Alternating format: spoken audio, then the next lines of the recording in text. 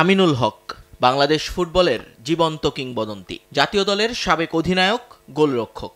ভালোবেসে সমর্থকরা যাকে ডাকত গ্রেট ওয়াল অব বাংলাদেশ নামে। গোলপোস্টের নিচে তার অপ্রতিরোধ্য প্রতিরোধ বহু ম্যাচে বিপর্যয়ের হাত থেকে রক্ষা করেছে লাল সবুজকে। জাতীয় দলের পাশাপাশি তিনি খেলেছেন আবাহনী, মোহামেডান সহ দেশের শীর্ষ ক্লাবগুলোতে, যা তাকে এনে দেয় আকাশ ছোঁয়া জনপ্রিয়তা।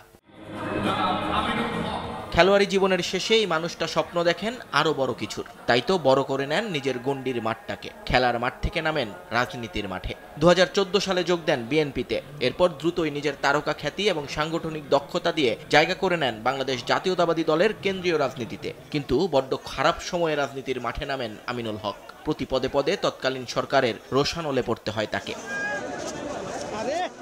একজন জাতীয় তারকা হয়েও তার হাতে পড়ে হাতকড়া। দিনের পর দিন বন্দী থাকেন জেলের অন্ধকার কুঠুরে। নিজের মামলা নিয়ে লড়ে যান আদালতের বারান্দায়। কিন্তু এত নির্যাতনেও নিজের আদর্শিক জায়গা থেকে বিচ্যুত হননি আমিনুল হক।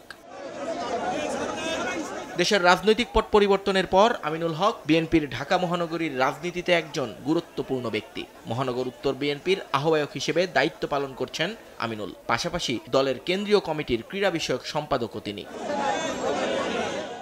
এবার বাংলাদেশ জাতীয়তাবাদী দল থেকে আরো বড় পুরস্কার পেলেন জাতীয় ফুটবল দলের সাবেক এই অধিনায়ক। ফুটবলের মাঠ থেকে নিয়ে আসা নেতৃত্ব গুণ এবার তাকে দেখাতে হবে জাতীয় সংসদে।